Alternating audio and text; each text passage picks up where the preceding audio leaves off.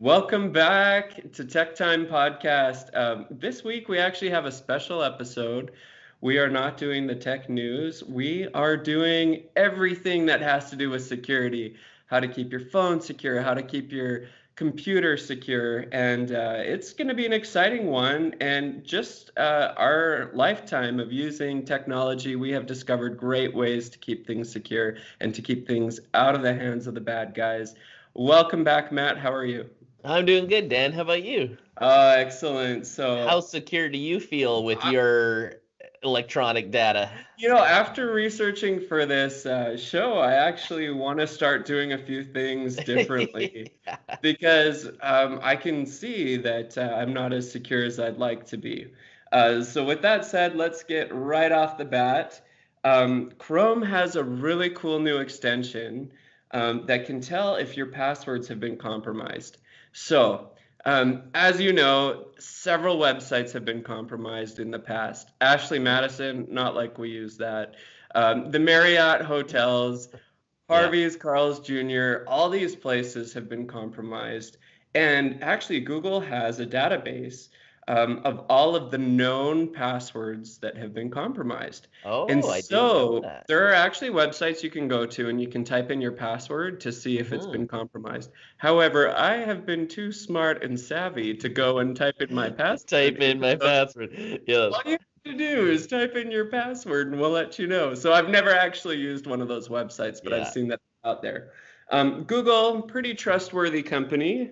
Their motto used to be do no evil. They Yeah. have a new Chrome extension that will allow you to see if your passwords have been compromised. Now, Without typing in your password. well, I mean, technically you are typing in your password. So if you're Yeah. on a website like your bank's website, or if you're on Gmail or wherever, it will Ah, type in the password and it will come up red and say your password has been compromised and it will tell you when and where.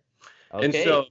that's kind of a cool thing because then you can use Google, which is a pretty trustworthy company, to find out if your password stinks. Here's the thing about passwords. I know you guys, you're using your email address as your username and you're using the same password for every website, whether it's your bank, whether it's Ticketmaster, um, the Weather Network. I don't care where you're going. Carl's Jr. card. Yeah. Yeah, you're at McDonald's buying French fries with their new app for $1. You're Yeah. using the same password, right? And so this is kind of a really cool way to find out if that password's been compromised, because if it has, they basically know your email address Yeah. and will be able to log on to your Spotify, your Apple Music, whatever you're using. So Um, Dan, I have a yeah, question for you on that. I have mixed feelings about this. Number one is I think it's great. I think I trust Google more than most companies out there. I think in our last podcast I said, well, I trust Samsung, I trust Apple, and I trust Google. Those are probably the three big companies that I trust the most with my data. Facebook's fallen off of that due to the recent scandals, but even Google has been hacked, right? So I got some interesting stats here on companies that have been hacked.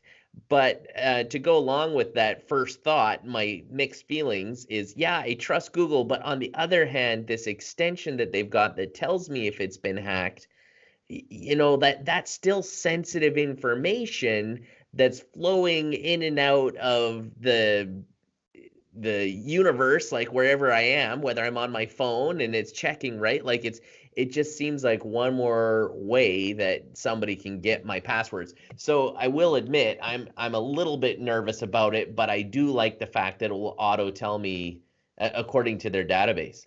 So you ready yeah. to? And I Yeah, mean, you're right to be concerned because, like you said, it is just another way for your password to be compromised. And it really depends on you. I mean, do you trust Google? And yeah, I don't know, maybe you do, maybe you don't. I'll tell you one thing, I would trust Google over Yahoo yes, or, yeah, you know, but if you feel uncomfortable with that first step, that's fine with me. It's just one way to find out if your password's been compromised. Look, if it is compromised, it's just what you're going to do is you're going to change your password. sure. So really, if you just want to skip this step, simply change your password to something unique. Maybe throw in some numbers and characters that you haven't used before and change it for every site.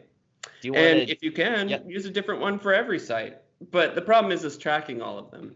Yeah. And so Yeah. that brings me on to the next phase. Do you really trust a password keeper? Yeah, so I wanted to talk about that too. So, password keepers, they're making lots of money. They've been out for quite a while. A lot of the websites that I've looked at when it comes to cybersecurity actually recommend these password keepers. And there's different types of password keepers. There's the free ones, and it makes you ask the question, right?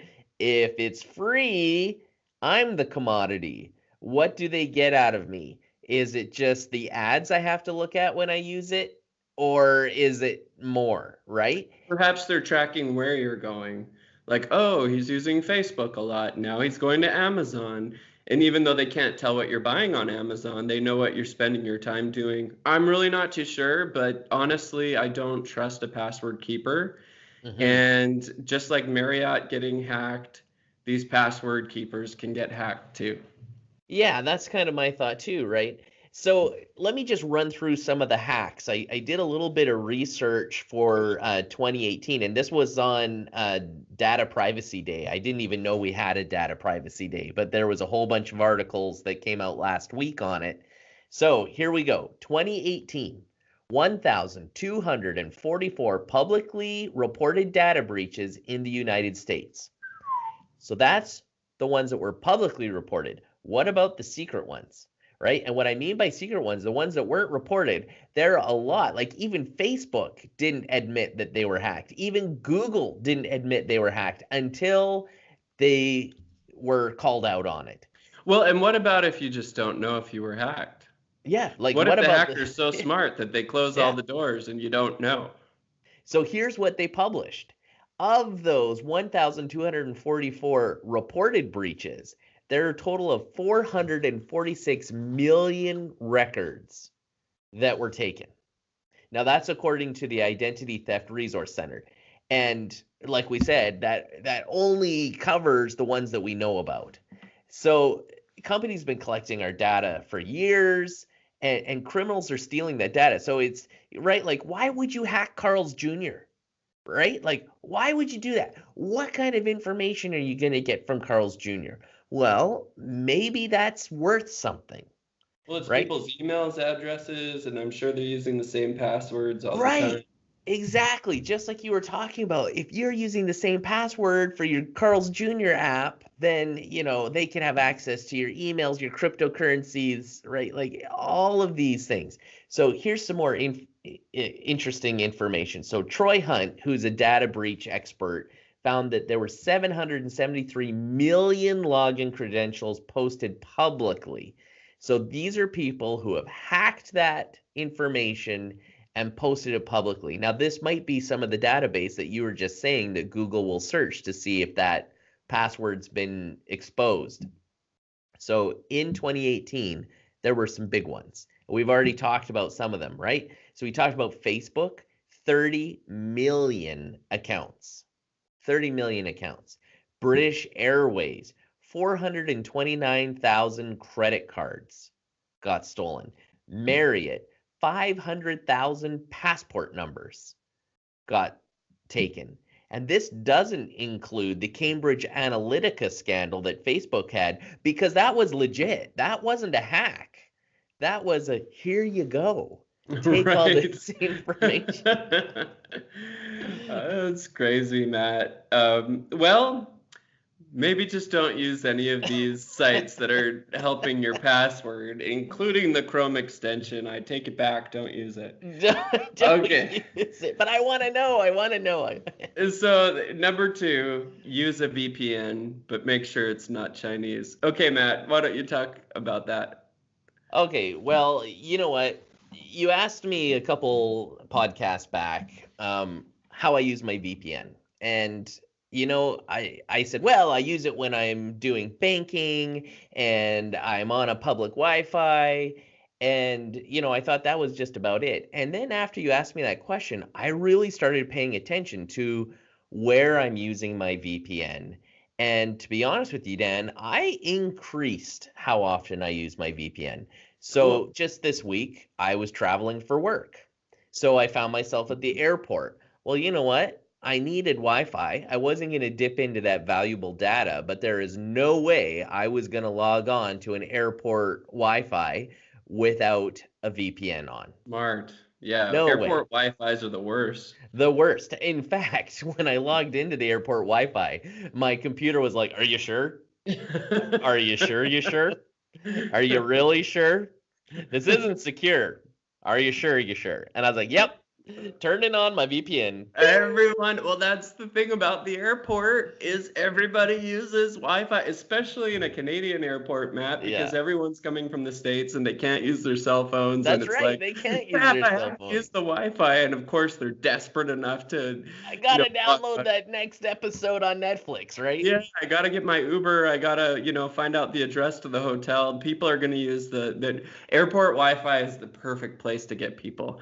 And here's something else. If you were a smart thief, you would go in and create an ad hoc network that called free Free airport Wi-Fi. Wi-Fi. And people would log on to it thinking that it was, Yeah, Calgary Airport or Edmonton Airport, and they would log on and you could get all of their information. This is what a smart thief would do.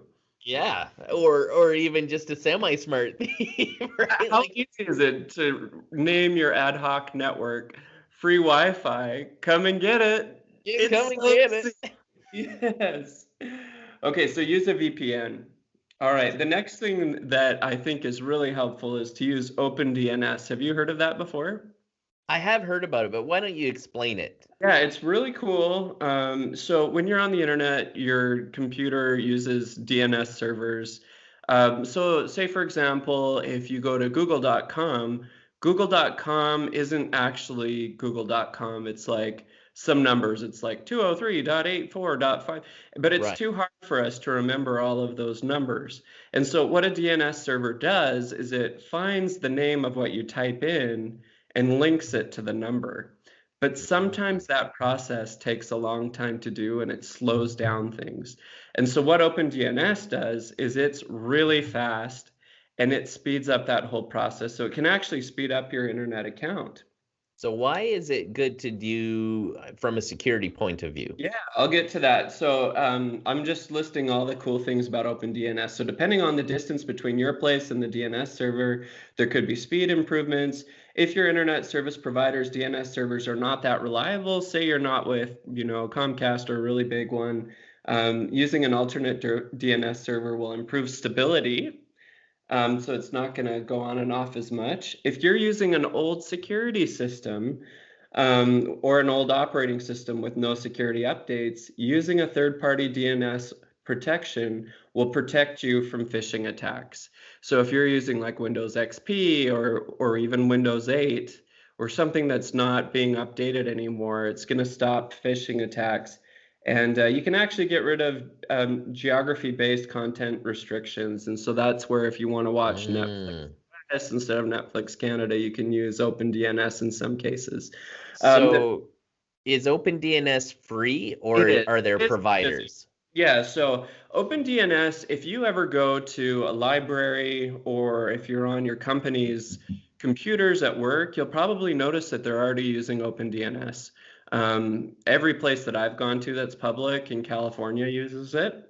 Hmm. And it actually is a really good content filter as well. So you can put on filters of any kind on it, and people using your system can't access drugs or whatever you want to. I've used it for protecting my family, right? So I've Oh, used it at home. I've used OpenDNS directly through my router, just to prevent my kids from accidentally or purposefully going to certain websites, right? but the cool thing about it, though, is it makes your computer faster too, so it's not slowing anything down. So from a security perspective, it just gets rid of some of the phishing attacks and is a really great thing to add on to your router, which is what you had already said. Oh, So is yeah. it a replacement for a VPN? No, no, I think you should use a VPN if you have a choice. Because the great thing about a VPN is you can use it on your cell phone. OpenDNS on your cell phone is very difficult to do. Mm. And it works for Wi-Fi on your cell phone, but it doesn't work for your cell phone's internet as smoothly. And so if you're Ah. on the road and you want to open up a bank statement, get on your VPN first. So I would pick a VPN over it. So if you use a VPN with OpenDNS, does it mess up the OpenDNS? I don't think so. I've honestly never tried to use both in the same one. You should try it on your Yeah, it makes sense to me that it would be okay because you're tunneling through your VPN and then accessing access to the OpenDNS, right? DNS. Uh, but I don't know for sure about that, but they're both really good ideas to use. Okay, the next one is do not use Internet Explorer at work. Why? Why? Why not Internet Explorer? I feel like everyone's workplace has an old version of Internet Explorer. Maybe it's 6, maybe it's 8. They've actually discontinued Internet Explorer. Now they're using Edge Yes. on Windows 10, which is much more modern and advanced, more like Chrome. So if you even see anything that looks like Internet Explorer, just stop. Stop using it. It's not secure. It's terrible. It's bloated. Just stop. We reported a couple months ago about how Microsoft was going to use Chrome as its kernel base for its future browser because it seemed like Chrome was more secure. So even that alone tells you that they finally acknowledge their competitor is safer to use. Yeah. Well, and I mean, Microsoft used to be an internet, browser company, but they've really focused more on the cloud. And if you look at their stock market updates, they're making most of their money off of their servers, and they really just haven't put the manpower behind the Edge team, in my opinion. I think it's much more modern than Internet Explorer used to be, but I still trust Chrome over it. So what's your recommendation? So if we're not to use Internet Explorer, what are your recommendations that we should use? Yeah, Chrome for sure. And the great thing about Chrome is you can use it on your Mac computer, you can use it on Linux, you can use it on Windows, you can use it on your phone, whether you have an Android or iOS. It's very robust. I like Chrome. What about Firefox or Safari? Do you recommend those as well? Safari feels bloated to me. I've tried it a few times on my computer. I do have a MacBook Pro, but every time I use it, it just feels slippery, like I'm not really in control of it. I don't like the feeling of it. Firefox just seems a little bit dated to me, and it might be because I use their their email program, Thunderbird. It just feels like I'm old, running like a 1990s email server, and it's connected to it. It doesn't feel modern to me like Chrome does. Yeah. And so that's my answer there. Awesome. All right, next thing. If you're on a public computer, please use incognito mode. I'll give you an example. At my office, a lot of people just pull up the internet and just type away. And then when I sit down and use their computer, I can tell what airline flights they picked. I can tell what Amazon things they were looking at, and you just don't want people to do that. I mean, it would take a really skilled person to actually get your credit card out of that information, but even the fact that people are looking at your browsing history on a public computer, and most people just feel so safe that they're opening up their bank accounts, they're opening up their IRAs, retirement accounts. Just don't do that on a public computer, period. But if you're gonna browse Amazon, use an incognito mode. It's not just, for at home when you're using banking, it's when you're in a public situation too, browsing on Amazon. So how does incognito work? Does it just prevent the logging and collecting of cookies, and it just doesn't track your history? Is that all it is history and cookies, or is there more to it that makes it more secure? Well, the nice thing about it is, say you're on a public computer at a library and somebody's been logged on before on Gmail. When you open up incognito mode, it's like a sandbox where it's all yours and nobody else has touched the sandbox. So when you go to Gmail, it's going to ask you for a new fresh username and password. And actually, if you click out of it and go back there, it's going to remember you again because it's in your sandbox. Everything you do in incognito mode is your sandbox for the 30 minutes, 45 minutes, or however much time you're on that public computer. When you X out of it, nobody can see where you went. Nobody's going to see that you were logged into Gmail. It just makes everything really compartmentalized, and it's like your own sandbox. I guess Yeah. that's important too, to close it out when you leave that public Yeah, computer. make sure you close it out. Yeah. Okay, so the next thing, don't do your banking on public Wi-Fi. For example, at Starbucks or at the airport, At right? the Because airport. you don't know who's phishing you. Somebody Right. could pretend to be Starbucks Wi-Fi and just type that into their ad hoc Mm-hmm. connection, steal everything for you. We talked about that to death about 10 minutes ago, so you can go back if you're interested. Yeah. Okay, next thing, use two-step passwords, two-step verification for everything. I know this is obnoxious. It is. It's obnoxious. It's It takes time. it takes time, but Google actually has an app that's pretty cool for two-step verification. You can get it from the Google Play Store. You can also get it for iOS. And what it does, instead of sending you an SMS text message every time they're doing a two-step verification, it just pops up on your phone. Your phone's probably in your pocket anyways. Real quick, just hit OK. That's all you have to do. You don't have to put in any numbers. You don't have to memorize any numbers. It just goes right to your phone. You hit a button, it clears. That's what I'm recommending you do for all of your accounts, your bank accounts, your Google accounts, your retirement accounts, your whatever, World of Warcraft, I don't care. Two-step verification for everything. So is that a Google service? Because I've used it, but I believe it's a service that I have to sign up for each website, right? And Correct. that's only if Google's memorizing my password and going to use it through my browser. Right. And so if you're not the trusting type of Google, then go ahead and do the two-step verification with an SMS text message. That's even more annoying. In my opinion, I would Mm-hmm. rather just hit an OK button on my phone with the Google app. But if you want that through your text message, that's the best way to do it.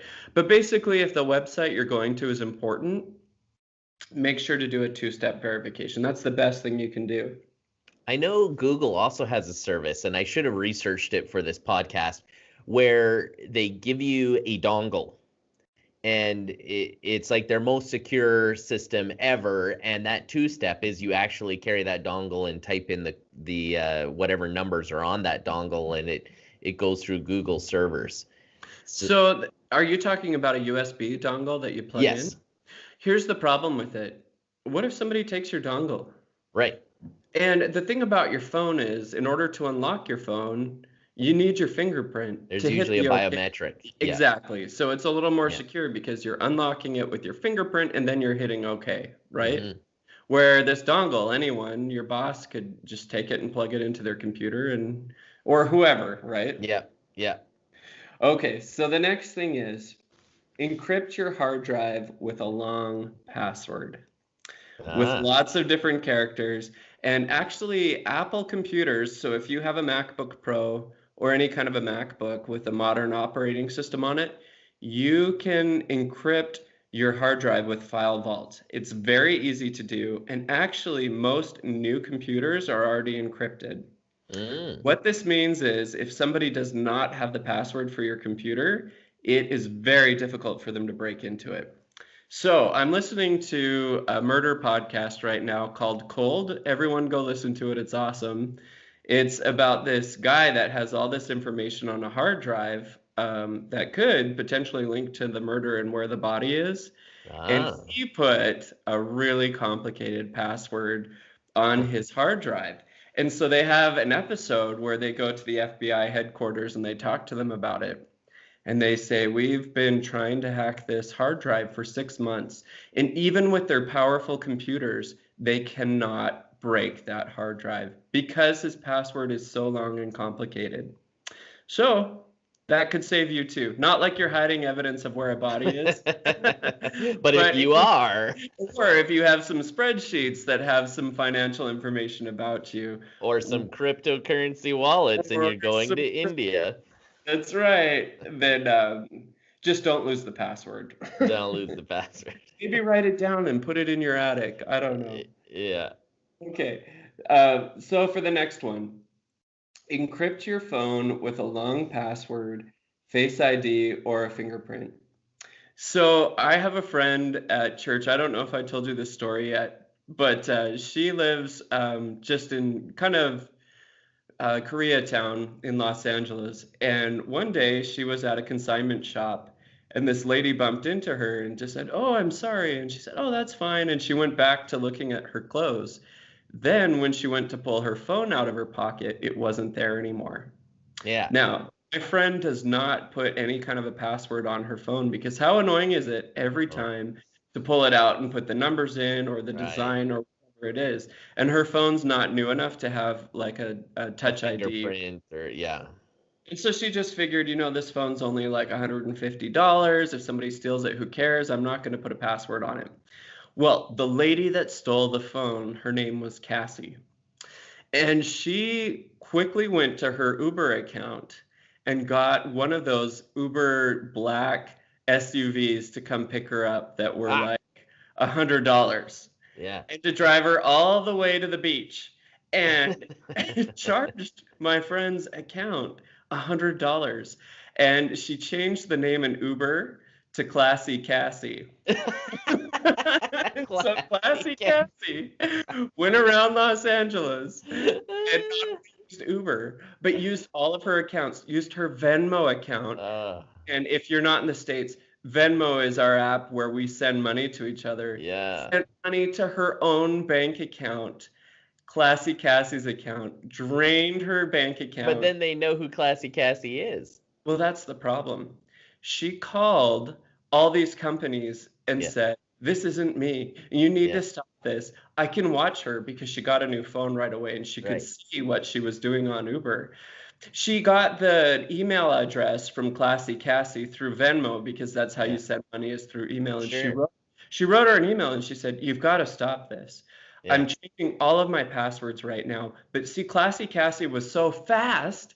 She had already ordered that $100 Uber car. She had Yeah. already sent the Uber money so fast, and she did several other things with other apps that were Uber taking Eats. Uber Eats. She was eating food. Uber Booze. All these things that Classy Cassie got, and it didn't matter how fast my friend was changing the passwords, Yeah. as she had already done it. And when she called the companies, they said, "We're really sorry, we can't verify if it was you or not." And so she was stuck, and she just wrote it off as a loss. I think she lost $200 or $300 that day. She desperately went through each app that she could find and changed every single password meant for her personal finance, all the different ones Yeah. that she possibly could. She changed the password. But I'm telling you, if you have a phone and if you think it's inconvenient to use your fingerprint or your face or even to punch in the numbers, just do it every time. Even if Yeah. it's a 5-digit whatever, just do it so that people don't steal it because they will and they know how to use it. Classy Cassie's coming for you. Well, it looks like we're actually out of time for this podcast. We have about 5 other things that can get you more secure. And so we're going to talk about that next week. It's great to hear from you. If you have really cool ways to keep your phone or your computer secure, please let us know in the comments. Send us a tweet or make sure you give us a 5-star rating on iTunes. It's great to hear from you guys. Have an excellent week. Talk to you next week.